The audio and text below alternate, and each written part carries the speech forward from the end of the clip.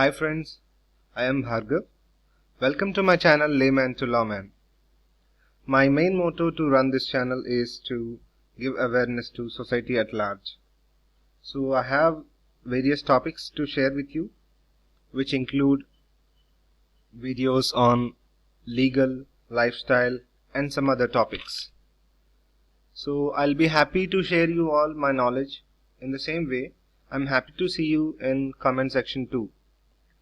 You can comment here for any suggestions on errors rolled out or any new topics which you want from my side, and I'll be very glad that if there are some criticisms too, but kindly post your comments in a pleasant and reasonable way. I hope you all will like my videos and share it. If you are new to my channel, please do subscribe and hit that bell icon for my future updates. So friends, without any delay, let us go to the topic. So today we are going to discuss about the Constitution of India. So we all know that we have 22 parts in our Constitution, and so we are going to discuss about part 3, which is fundamental rights, and in which we are going to discuss about article number 21, which is protection of life and personal liberty. So in this article, no person shall be deprived of his life or personal liberty except according to procedure established by law. Let's see the applicability. The operation of Article 21 insofar as it imposes a procedural limitation on law that affects personal liberty commences as soon as interference ceases. Hence this article becomes relevant as soon as a person is arrested, and it remains relevant so long as he remains subject to a criminal prosecution that has resulted or might result in deprivation of his personal liberty. Incidentally, this is one reason why Article 21 retains its relevance even when a person has already become a prisoner. Here comes our first case, Maneka Gandhi versus Union of India. This case is a landmark judgment which played the most significant role towards the transformation of judicial view on Article 21 of Constitution of India, so as to imply many more fundamental rights from Article 21. Let us see the facts of case. Maneka Gandhi was issued a passport on 1st June 1976 under the Passport Act 1967. She wanted to travel for abroad. So as we all know, traveling abroad is the right which every Indian citizen have in right to liberty. So here the passport issued was from the Regional Passport Officer, New Delhi, issued a letter on 2nd July 1977 addressed to Maneka Gandhi, in which she was asked to surrender her passport under Section 10, subsection 3C of the Act in public interest. Within 7 days from the date of receipt of the letter, Maneka Gandhi immediately wrote a letter to the Regional Passport Officer, New Delhi, seeking in return a copy of statement of reasons for such order.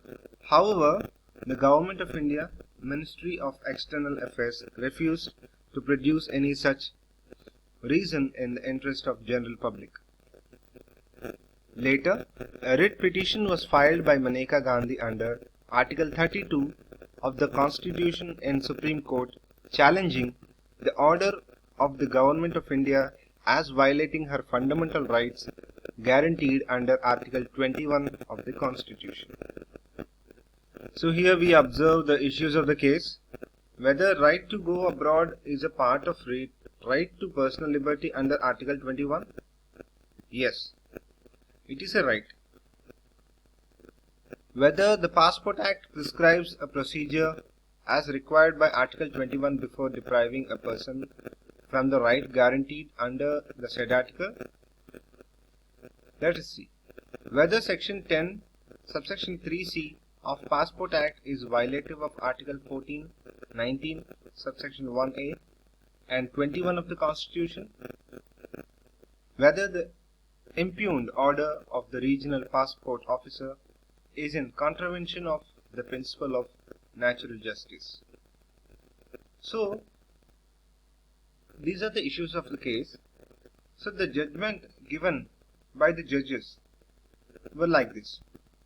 To the extent to which Section 10, subsection 3c of the Passport Act 1967 authorizes the passport authority to impound a passport in the interest of the general public, it is violative of Article 14 of the Constitution, since it confers vague and undefined power on the passport authority.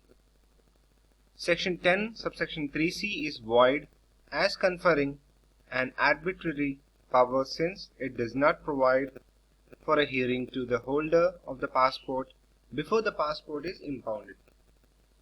Section 10, subsection 3c is violative of Article 21 of the Constitution, since it does not prescribe procedure within the meaning of that article, and the procedure practiced is worst.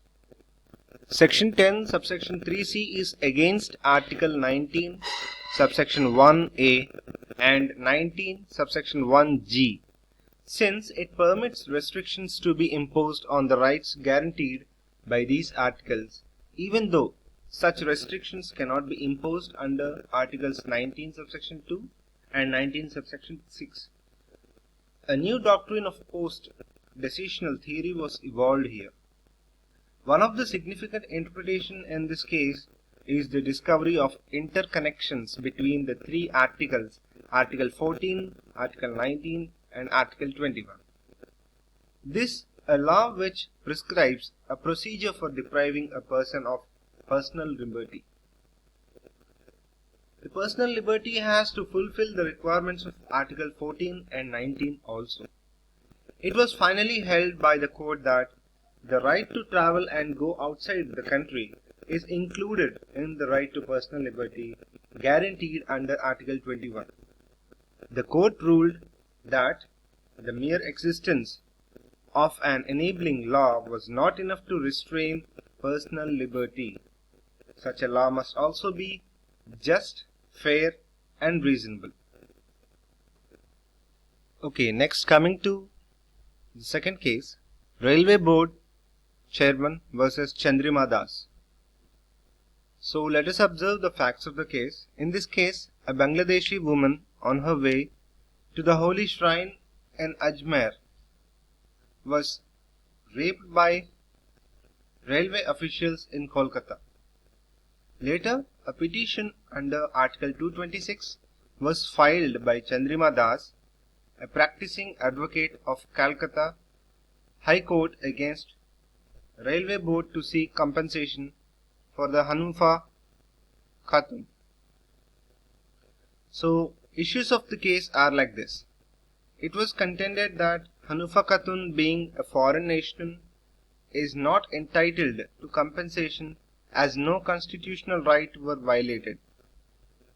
So here the judgment of the case was, the court, after considering various issues put forward by petitioner and respondent, granted a compensation of Rs 10 lakhs. Firstly, on the grounds of domestic jurisprudence based on constitutional provisions and grounds of human rights, jurisprudence based on Universal Declaration of Human Rights 1948. Supreme Courts also contended that rape qualifies to be a gross violation of fundamental right to life and personal liberty, which is available to a person in general. Hence, court awarded a compensation claiming that the foreign tourists and visitors owe a behavior of high dignity, which an obligation is resting on each citizen of the country. Hence, the court rightly observed that allowing a complete immunity in nature of sovereign functions may result in misuse of the said powers. So here we conclude with our final case law, which is A.K. Gopalan versus State of Madras. Here, coming to the facts of the case, A.K. Gopalan was a communist leader who was detained in Madras jail under Preventive Detention Act 1950 and challenged his detention by stating that his civil liberty was being hampered as he had the right to equality of law. So here the A.K. Gopalan was claiming that he is having the right to equality of law, but after all the arguments, the judgment of the case was like this. The Supreme Court examined that he was detained according to the procedure established by law and rejected his argument. That means the Supreme Court at that point of time believed that each article was separate in Indian Constitution. So, here the Preventive Detention Act 1950 was done in a legitimate way. Thank you for your valuable time. Have a nice day.